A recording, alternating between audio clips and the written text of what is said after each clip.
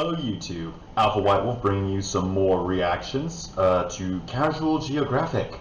So I'm going to be dedicating most of today to reacting to and then uploading various videos from this channel, and possibly, if I have the time, starting to catch up on other reactions. I haven't watched Death Battle in quite a while. I'll need to go look back into what I saw last, but I haven't watched Death Battle in a while, so I don't know what's going on with that. I'm interested in getting into some more of that Daitomodachi stuff, because I saw that he made an Android 21 movie, which I definitely want to react to. But beyond that, I'm going to be trying to really cash in on this series, because this series of videos on this guy's channel, because one, they're interesting, and two, they're getting a lot of attention when I upload them. So we're going to go right into it. If you like this video, indicate so down below. If you have suggestions for future videos, drop them in the comments. And if you haven't subscribed yet, please do so. We're very close to reaching a next goal of 825 subscribers, so just taking it increment by increment. Now, let's go ahead and just get right into it. For some reason, this is still a debate, so let's settle this. Looking at the raw stats, it's clear the Grizzly has a size advantage. While the Silverback has a stronger bite, the Grizzly has claws and jaws to inflict conflict-ending injuries. The Grizzly's attack style is wrestling its prey with its weight while trying to bite the back of its head. Or it'll swipe with enough force to turn a moose into a paraplegic. Despite what you think, gorillas don't throw punches, they use those powerful arms as sledgehammers, along with that bone-crushing bite. Long story short, a grizzly would write a gorilla's eulogy and nay-nay on his grave. Grizzlies have a thick layer of fur, fat, and muscle protecting its vital organs. A gorilla would need multiple lucky hits just to make him feel something. Grizzly could easily one-shot gulag a gorilla with a critical hit. In fact, one grizzly allegedly took a moose's head off. Harambe has no answer for a furry boulder that could put a moose's head and body in a long-distance relationship. In the wild, it takes multiple wolves to press a bear. Leopards have been known to solo kill gorillas. Look, we all want to believe in the gorilla, but asking him to take on a grizzly is asking him to remove himself from the gene pool. You can't just will the side you want to win. I learned that lesson right here. If you like these videos, please follow me on Instagram. I need the clout. Okay, peace out. This Siberian tiger versus grizzly bear. Tiger 700 pounds with a 1050 psi bite force. When pressed, one swipe can smash a bear's skull or even break its spine. Tiger throwing hands can deliver 10,000 pounds of force, and they have legs that are so strong that they can stand after death. They've been known to take down the Indian gar, wild boars, and the Asiatic black bear. They're ambush hunters that end fights with a devastating bite to the neck. They use their lower body strength to wrestle animals to the ground, and they can take down animals 4 times their size. Grizzly's 900 pounds with a 1200 psi bite force that could humble a bowling ball. One swipe could divorce a moose's head from its body. Power comes from their shoulders, which they use to dislodge 1,000-pound boulders. They're omnivores that'll eat fish, berries, meat, but they've been known to take down moose, and they have better endurance than tigers. Tigers are more experienced fighters. They're quicker, more agile, and will probably have better defense than a bear. Also, those paws and jaws are registered lethal weapons, because this is God's striped delete button. The grizzly is heavier, stronger, and more aggressive than a tiger. They have a thick layer of fat that will make it really difficult for a tiger to land a critical hit on him. Grizzlies have been known to keep fighting even with multiple bullet wounds, and one hit's all he needs to put Tony the Tiger in his own cereal box. Yeah, the grizzly's winning this one. Right here, right now, we're settling this. African lion is a 420-pound powerhouse. Its stats include a 650 psi bite and a paw swipe of nearly 1,000 pounds of force. Most importantly, that mane would protect vital organs and deflect attacks. They have more fighting experience because they constantly have to square up with other males to protect their family. The fact that only the toughest get to mate and they live in a more competitive landscape means a lion would have an advantage mentality-wise. At 600 pounds, the Bengal tiger has an 1,100 psi bite force with a paw swipe that can one-shot murk opponents. This paw swipe is alleged to have 18,000 pounds of force. They have superior leg strength, which will make it difficult to knock them off balance. If Nate Robinson taught us anything, it's that no balance means your lights get turned off. Tigers have a superior build with a 12-foot vertical, meaning Shere Khan would dunk on Simba. They also have an intimidation factor in the form of a paralyzing roar. They take down prey like the gar, black bear, and even crocodilians. Unlike lions, they squad wipe them solo. Lions' attack style is wrestling and trying to deliver paw blows. Tigers go straight for the neck.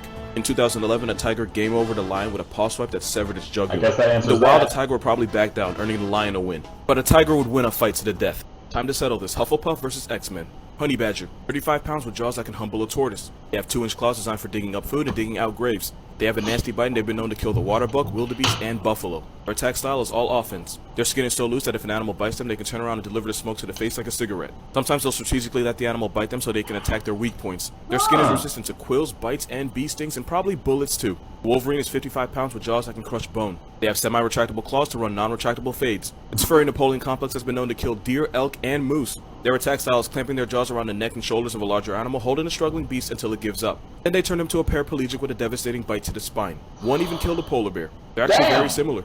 They're fearless roid weasels with a nasty bite and attitude that can take down much larger animals. The Wolverine is bigger and stronger. The honey badger has more endurance and is more resistant. A Wolverine could eventually kill a honey badger, but he'll be severely injured and probably walk away with less balls than he woke up with. Honey badgers will fight to the very death, where a Wolverine will cut his losses and back off. So the winner by eventual forfeit would be the honey badger.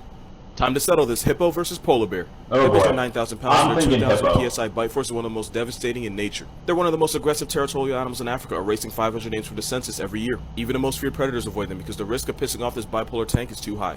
Like Ash Catch, its main weapon is its mouth. They have meter-long tusks that can mortally wound any animal, and at 30 miles per hour they can outrun Usain Bolt. Polar bears are 1,400 pounds with a 1,200 psi bite force. And those paws can divorce your head from your shoulders with one swing. Not to mention they have great endurance too. Their attack style is clubbing their prey to death with their paws and delivering a series-ending bite to the back of the head.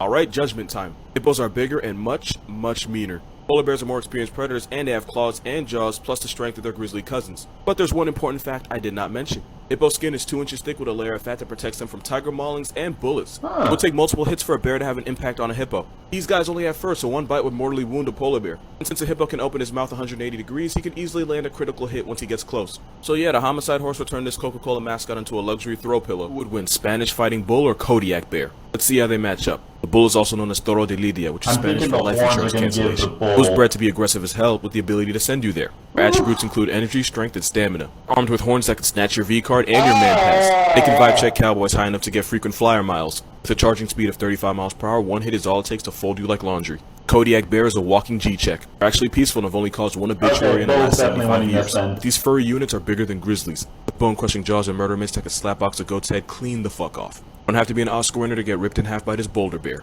Both these guys have a devastating one-shot. Bull with a charge attack and a Kodiak with a paw swipe. So the winner's gonna be whoever gets the first hit. But there's one important factor that's gonna decide this whole fight. While the Kodiak bear is naturally peaceful and avoids conflict, Spanish bulls wake up drunk on malice. Violence may not be the answer, but life is multiple choice and they choose homicide every time. Even though a Kodiak could break its neck, the bull will charge first. Getting violated by those horns at speeds that would get you pulled over in a school zone is one hit not even a Kodiak can bear. Bull wins. Hippos are a 95 overall, but they're not OP, so here's 3 animals that could take them. Rhinoceros. The sick joke of a satanic unicorn is bigger than a hippo with all the malicious tendencies and contempt for others. Armor tank is always off one because being legally blind in Africa breeds trust issues. 2 heavyweights in need of anger management, but only one of them has a 20-inch nasal weapon in the form of a horn. This forbidden unicorn gets a running start, it can send this homicidal water horse to the glue factory. Gustav. As a rule, a hippo would usually bite a crocodile in half. But Satan took his time with Gustav because he was an 18-foot, 2,000-pound Nile crocodile straight from hell. The first lizard regularly took down larger animals like the wildebeest and, yes, hippos. Also, he was a notorious man-eater. Armed with a 4,000-pound bite and bulletproof skin, Gustav was probably the only crocodile with the attributes and the audacity to match up with a hippo. Elephants. Elephants are much bigger and in some cases meaner too. Look at how big this hippo is, and look at how this elephant violated this hippo's entire life. When male elephants are in heat, their testosterone skyrockets, making them the world's most dangerous kind of horny. Hippos are tough, but at 15,000 pounds with Satan's overbite and the personality of an entitled and intoxicated frat boy, elephants run shit. Here are some animals that could put a grizzly bear on a shirt. Black Rhinoceros. It's a mostly unstable tank with legs can weigh 3,000 pounds. And with thick skin, it would be tough for a bear to critically injure them. But black rhinos have a horn that can crumple cars and a nasty attitude to go with it. And a pissed off forbidden unicorn charging at 35 miles per hour could fold a bear like a Denny's omelet. The walrus. This obese blubber nugget can tip the scales at 3,500 pounds. These stabby boys have 3 feet long tusks that could turn any bear cub into an orphan. Those teeth are sharp enough to pierce a bear's fur, fat, and skin, leaving a life-threatening wound. Which is why polar bears try to avoid them. Hey, don't laugh, I'm serious. Elman may not have hands, but he has feet. And he has sharp hooves the size of dinner plates. One well-placed kick can be the reason Simba never celebrates Father's Day. Matter of fact, giraffes have been known to decapitate lions. If a giraffe wakes up feeling like Messi, a grizzly could get laid out like Nate Robinson. Hippos. You knew this was coming. Tough skin, meter-long tusks, 4,000 pounds with an attitude problem. An overbite could crush a bear's bones, and hippos are too big and too thick for a bear to have a meaningful attack on them. A motivated homicide horse with a grizzly, and the bear's getting slept with no NyQuil. Great white shark versus saltwater crocodile. 2 apex predators that will hit you with that Junjutsu Tsukuyomi into an early retirement from life. This roid guppy is the most devastating great white since the KKK, and it probably catches more bodies than them. I'm sorry, This roid guppy is the most devastating great white since the KKK, and it probably catches more bodies than them too. Great Caucasian is the most powerful shark to not have a law degree, with one of the most crucial bites in the animal kingdom that can one-shot almost anything in nature. Such lethal predators that they actually drove the megalodon to extinction. Crocodiles have been running fades and raising death tolls for 80 million years. They have arguably the most devastating final smash in nature. Death roll is an instant obituary designed to tear and tenderize prey while also drowning it. This style can take down wildebeest, zebras, and if you saw that video, unlucky cheetahs. Not to mention they have bony bulletproof skin. So who would win? Easy. Crocodile would have to score multiple successful hits on the great white by tearing its fins off. However, the croc has a severe weakness. Crocodiles have a soft underbelly and a great white can easily one-shot them if they go for it. Plus, if this fade takes place in the water, the crocodile would eventually have to go up for air. That would leave him wide open for a devastating and conflict-ending kill shot. Crocodiles probably aren't smart enough to strategically go for the shark's fins, so they need pure luck just to stay alive. The great white's gonna win this one. Luxury British vehicle versus middle-aged Applebee's regular. Cougars are aggressive Renaissance sculptures with claws that can weigh 200 pounds. They have a bite force of 750 pounds per square inch. Their hit list includes elk, pronghorns, and they even clap moose. These roid kittens will even attempt to put a black bear in a clip. Their attack style is ambushing their prey using that Greek god physique to wrestle them to the ground and delivering a series-ending bite to the neck. And since they can run, jump, and swim, if this cougar wants you, it will have you. Jaguars are leopards on PEDs. Stockier, more muscular, and can weigh 210 pounds. They have an 1100 pound per square inch bite force that can crack turtle shells and break bone. Diet includes everything. Monkey, deer, iguana, turtle, fish, birds, the entire jungle census is on its grocery list. Unlike other big cats, they use those powerful vice grip jaws to puncture skulls with a devastating bite to the head. Nick Cayman can get his wig split by a jaguar. Okay, judgment time. Jaguars are the third largest big cat and outweigh and outmuscle cougars. Cougars are much more athletic and agile. Jaguars have a much stronger bite force. Cougars step to much tougher animals like moose, wolves, and bears. Jaguars are bigger, stronger, more aggressive, and have a much more lethal bite, so eventually a jaguar would win. Okay. So, all in all, that was a very brief but very informative video. I really enjoyed that.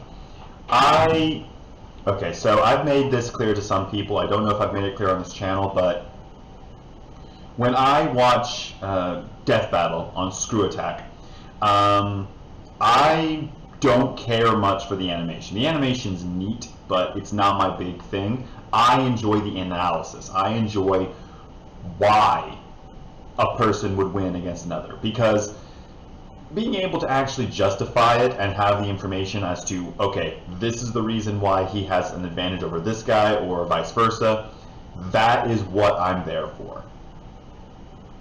I enjoyed this because it basically just got straight into what their attributes are and why one would win or why one would lose. And I love that so much. All in all, this was actually a really good one. It was very brief, very quick, so I'm going to go ahead and quit recording so I can start uploading it and getting it all ready for the channel. While it's doing that, I'll also be doing the next reaction. So I'm going to go ahead and finish this off. So I do want to show one thing off, though.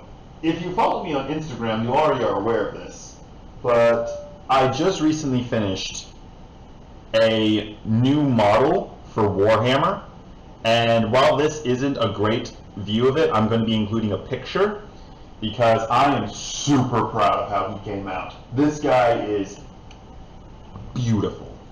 But yeah, so if you are interested, go ahead and head over to Twitter and Instagram and follow the channel there. I'll put those links in the description. I'll also put a link to the original video because this was actually really, really entertaining. If you like this video, indicate so down below. If you have suggestions for future videos, drop them in the comments. And if you're new to the channel and haven't subscribed yet, please hit that subscribe button and help us start working our way closer to that 1,000 subscriber goal. I've been Alpha White Wolf. I'm signing off. You keep howling, Wolfpack.